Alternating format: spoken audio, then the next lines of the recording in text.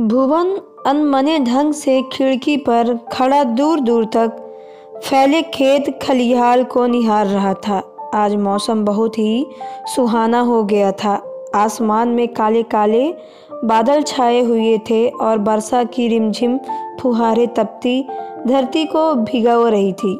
हवाओं से मिट्टी की सोंधी सोंधी खुशबू तैर रही थी और पूरी प्रकृति बरसात में नहा धोकर हरी भरी हो गई थी। भुवन एक किसान था, इसलिए बरसात का मौसम शुरू से ही उसे हर्षोल्लास से भर देता था। लेकिन आज सुहावना मौसम भी उसके उदास मन को प्रसन्न नहीं कर पा रहा था। उसके मन में एक बात चुभ सी गई थी, इसलिए इस बड़ी सी हवेली के आलीशान कमरे में भी उसके मन को सुकून नहीं मिल पा रहा था। अभी वह अपने ख्यालों में खोया हुआ ही था, तभी उसकी पत्नी और हवेली की मालकिन चंपा हल्दी वाला दूध का गिलास लेकर कमरे में आई और प्यार से भुवन को घुघराले बालों में अपनी उंगलियों को उलझाते हुए बोली, चलो भुवन, जल्दी से हल्दी वाला दूध पी लो, तुम्हारा जुकाम ठीक हो जाएगा। भुवन अनमने ढंग से आकर आराम कुर्सी पर बैठ गया। चंपा ने उसकी ओर दूध का गिलास बढ़ाया, लेकिन भुवन को उसका यह प्रेम और परवाह बस एक दिखावा ही लग रहा था। चंपा उस हवेली की मालकिन थी। उसके पिताजी का पिछले बरस में स्वर्गवास हो गया था, इसलिए अब पूरे घर में चंपा का ही राज चलता था। उसकी पुश्तैनी हवेली बरसों से सिर उठाए अपने शान की कहानी बयां कर रही थी। आसपास के छोटे मोटे घर उस हवेली के सामने अस्तविहीन से दिखाई देते थे। पहले भुवन भी इन्हीं छोटे घरों में से एक घर में रहता था। भुवन आजकल कुछ बीमार सा लग रहा था और वो रहकर पुरानी यादों को खो जाया करता था। इतने बड़े घर की बेटी होने के बावजूद चंपा बहुत ही विनम्र स्वभाव की लड़की थी। भुवन एक मामूली सा लड़का था जो चंपा के पिता वीरेंद्र ठाकुर जी के खेतों पर काम करके अपना गुजर बसर करता था। ठाकुर साहब जी बहुत दयालु किस्म के इंसान थे। भुवन की माँ इस दुनिया में नहीं थी और उसके पिता बचपन में ही गांव छोड़कर भाग चुके थे। भुवन के दिल पर बहुत गहरे जख्म थे। उसे बस इतना ही पता था कि जब वो 7 वर्ष का था तभी उसके पिताजी अपने ही बड़े भाई की पत्नी पर गलत नज़र डालने के कारण गांव में बहुत बदनाम हुए। गांव वालों ने उसकी खूब पिटाई की और उसके बाद उसके पिताजी गांव से फरार हो गए थे। इस सदमे में उसकी माँ को तोड़कर रख दिया था और उसकी माँ ने अपनी जान दे दी। भुवन को उसी गांव में रहने वाली एक बूढ़ी औरत ने पाल पोस कर बड़ा किया, क्योंकि भुवन को उसके ताऊ और ताऊ जी अपने घर में स्थान नहीं देना चाहते थे। इस तरह एक अच्छी आर्थिक स्थिति वाले परिवार से होने के बावजूद वो गरीबी की जिंदगी बिताने को मजबूर हो गया था।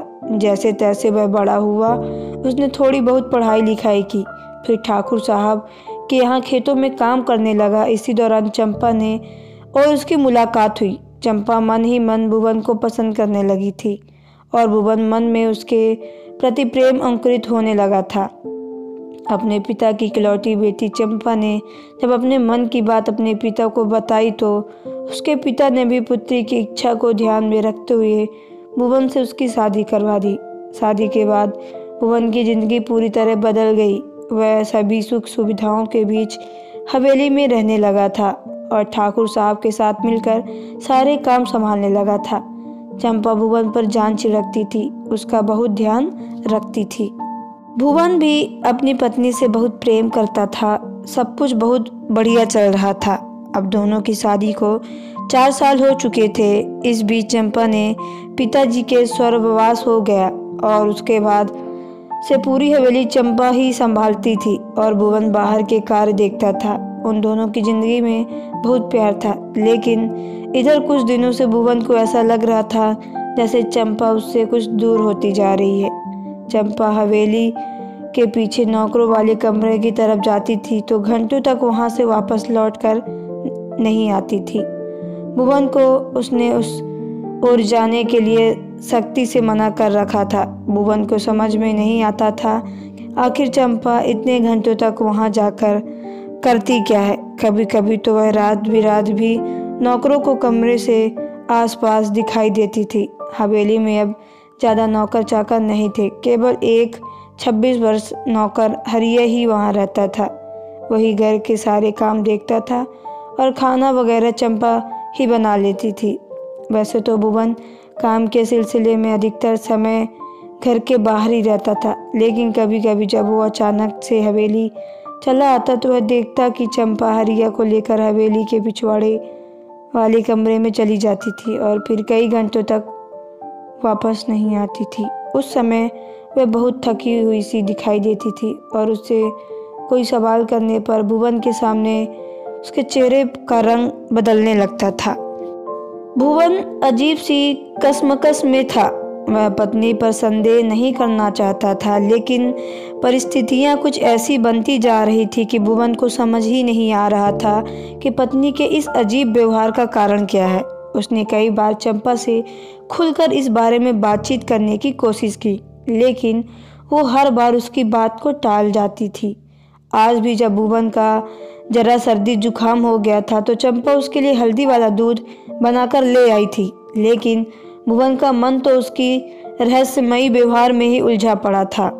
जब बाहर बरसात तेज हो गई और हवाओं के झोंकों को जब साथ बारिश की बूंदें खिड़की से होती हुई उसके कमरे में पहुंचने लगी तो बारिश का एक झोंका उसके चेहरे को भिगो गया। तब जाकर भुवन की तंद्रा टूटी। वो कमरे में अकेला ही था। चंपा कब कमरे से बाहर जा चुकी थी। बाहर से आती बारिश की बूंदों को रोकने के लिए भुवन ने उठकर खिड़की का पल्ला जैसे ही बंद करना चाहा तो उसने देखा कि चंपा छाता लेकर हरिया के साथ हवेली के पिछवाड़े की ओर जा रही थी। आज भुवन से रहा नहीं गया और उसने सोचा कि भले ही चंपा ने मुझे मना किया है, लेकिन आज मैं इस राज का पता लगा कर ही रहूँगा कि चंपा आखिर वहाँ जाकर करती क्या है। उसने भी एक छतरी उठाई और झटपट घर के पिछवाड़े जाने के लिए निकल पड़ा। उसके दिल में बुरे बुरे ख्याल आ रहे थे, लेकिन फिर भी मन को मजबूत करके वह आगे बढ़ता चला जा रहा था। हरिया और चंपा एक कमरे के अंदर थे। भुवन ने जाकर झट से दरवाजा खोल दिया तो चंपा चौंक गई और भुवन सामने का नज़ारा देखकर शर्म से पानी पानी हो गया। वह तो कुछ और ही सोच रहा था, लेकिन भीतर उसने देखा कि बिस्तर पर एक बूढ़ा व्यक्ति लेटा हुआ था और चंपा उस व्यक्ति की सेवा कर रही थी।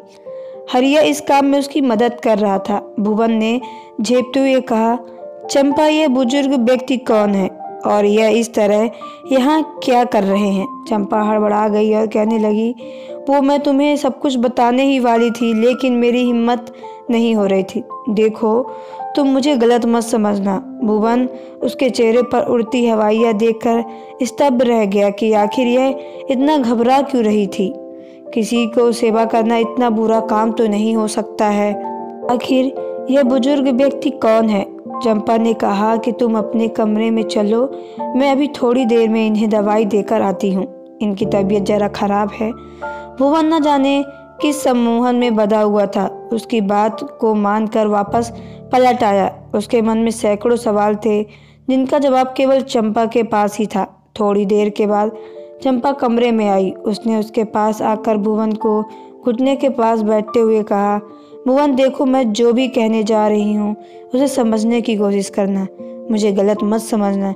यह बुजुर्ग व्यक्ति जिसे तुमने अभी अभी देखा है, यह कोई और नहीं, तुम्हारे पिताजी हैं। यह सुनकर भुवन को मानो सैकड़ों ने एक साथ डंक मार लिया हो। वह उछलकर खड़ा हो गया और कहने लगा कि मेरे पिताजी ने मुझे कहीं मुंह दिखाने के लायक नहीं छोड़ा है और तुम उन्हें इस हवेली में क्यों रखी हो? उन्हें अभी तक यहाँ बाहर निकालो। चंपा दर्द भरी आवाज़ से कहने लगी कि बस मुझे इसी बात का डर था, इसलिए मैंने तुम्हें यह सच्चाई नहीं बताई और उन्हें इतने दिनों तक हवेली के पीछे छिपा कर रखा। भुवन तड़प उठा और कहने लगा कि यह जानते हुए भी कि कितने घटिया इंसान हैं, फिर भी तुमने ऐसा क्यों किया? उनकी गलतियों की वजह से मेरी माँ मुझसे दूर चली गई। गांव में मेरी कोई इज्जत नहीं रह गई। तुम्हें पता है ना कि उन्होंने अपनी बड़ी भाभी पर बुरी नज़र डालने की कोशिश की थी और इसलिए गांव वालों ने उनकी कितनी पिटाई की थी, कहते हुए उसका गला भराया। इतने देर में रोके हुए आंसू को जैसे बगावत कर दी हो और उसकी आंखों से झरझर आंसू बहने लगे। चंपा का दिल तड़प उठा और उसने कहा कि मैं तुम्हें तकलीफ़ नहीं पहुंचाना चाहती थी, लेकिन मुझे समझ नहीं आ रहा था कि मैं ये सब तुम्हें कैसे बताऊं। एक दिन जब तुम घर पर नहीं थे तो तुम्हारे पिताजी बहुत ही दयनीय स्थिति में यहाँ पर आए और वो कहने लगे कि मैं बस कुछ ही दिनों का मेहमान हूँ। मैं एक बार अपने बेटे को देखकर यहाँ से हमेशा हमेशा के लिए चला जाऊँगा। उस समय मुझे उनकी मानसिक स्थिति भी कुछ ठीक नहीं लग रही थी। वह एक फ़ोटो लेकर आए थे जिसमें तुम्हारी बचपन की तस्वीर थी और तुम्हारे माता पिता भी साथ खड़े थे। वह वहीं पर बेहोश हो गए तो मैंने उन्हें पीछे वाले कमरे में लेकर गई। मैंने डॉक्टर को बुलाया। डॉक्टर ने उनका इलाज शुरू किया। धीरे धीरे उनकी स्थिति सुधार हो रहा था, लेकिन वह हर समय तुम्हें याद किया करते थे। एक दिन जब मैं उन्हें दवाई दे रही थी तो उन्होंने बताया कि मुझे उस गलती की सज़ा मिली जो गलती मैंने की ही नहीं।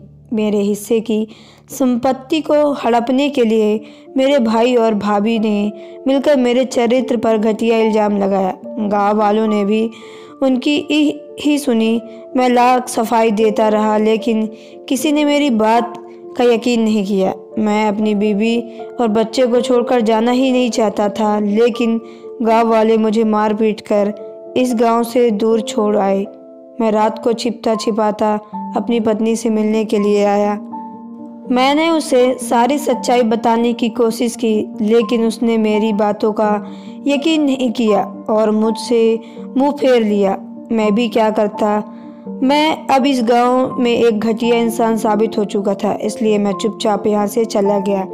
आज इतने सालों तक दर दर की ठोकरें खाने के बाद मैं बस इसी उम्मीद में आया था कि एक बार अपनी पत्नी और बेटे को नज़र भर कर देख लूँगा, लेकिन गांव में पहुँचने पर मुझे पता चला कि मेरी पत्नी तो उसी समय इस दुनिया से चली गई थी और मेरा बेटा दूसरों के एहसानों पर पलकर बड़ा हुआ। लेकिन मुझे इस बात की खुशी थी कि उसकी शादी इतने अच्छे घर में हुई है और अब उसे पत्नी का सच्चा प्यार मिल रहा है। बेटी, तुम बहुत अच्छी हो। मुझे जैसे इंसान को तुमने देखभाल की जिसके शरीर पर इतने दाग लगे हैं। कहते हुए वो रोने लगे थे। मेरी आंखों में भी आंसू बहने लगे थे। उनकी आंखों में सच्चाई मुझे साफ झलक रही थी। अगर वे सच में गलत इंसान होते तो इतने सालों के बाद यहाँ दोबारा लौटकर सिर्फ तुम्हें देखने के लिए नहीं आते। मैंने सोचा था कि धीरे धीरे तुम्हें समझाने की कोशिश करूँगी। इस बीच वो रोज़ छिपकर तुम्हें देखते थे और बस इतने में ही संतुष्ट थे। एक दिन जब उनकी तबीयत थोड़ी ठीक ही थी तो वो जाने की बात कर रहे थे, लेकिन मैंने ही उन्हें रोक लिया, क्योंकि अब मैं नहीं चाहती थी कि जो गलती उन्होंने नहीं की उसकी सज़ा उन्हें और मिले।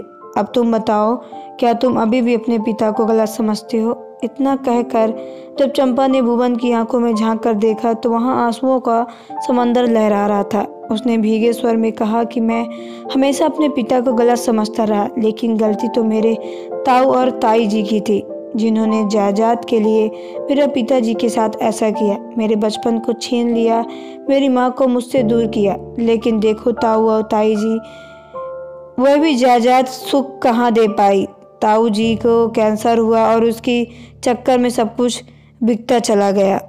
ताऊ जी का बेटा मेहनत मजबूरी करने के लिए शहर चला गया, लेकिन फिर भी वह अपने पिता को बचा नहीं पाया और ताऊ जी के गुजरने के सदमे में ताई जी भी इस दुनिया से चली गईं। आखिर झूठ और फरेब में दम पर हासिल की गई संपत्ति कभी कहाँ किसी को हाथ दे पाती है। आज देखो, ताऊ जी का बेटा शहर में मेहनत मजबूरी करके अपनी ज़िंदगी गुजार रहा है।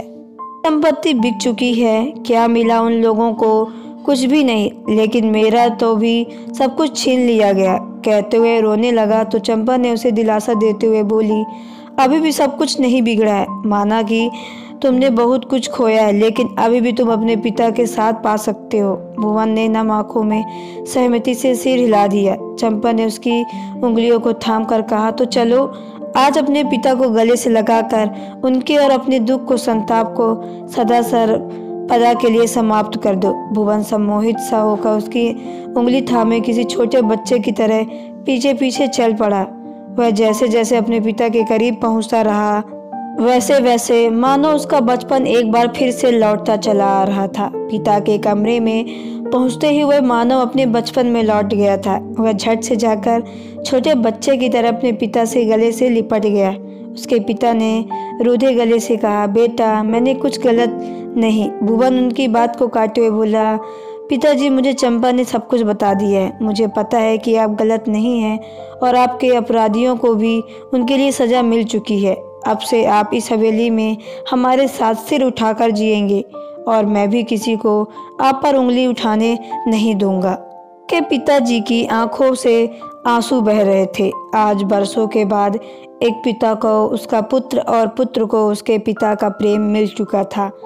चंपा सजल नेत्रों से यह भावुक करने वाला दृश्य देख रही थी और भुवन आंखों ही आंखों से उसे धन्यवाद दे रहा था, जिसकी वजह से आज उसे उसके पिता का फिर से प्यार मिल गया था।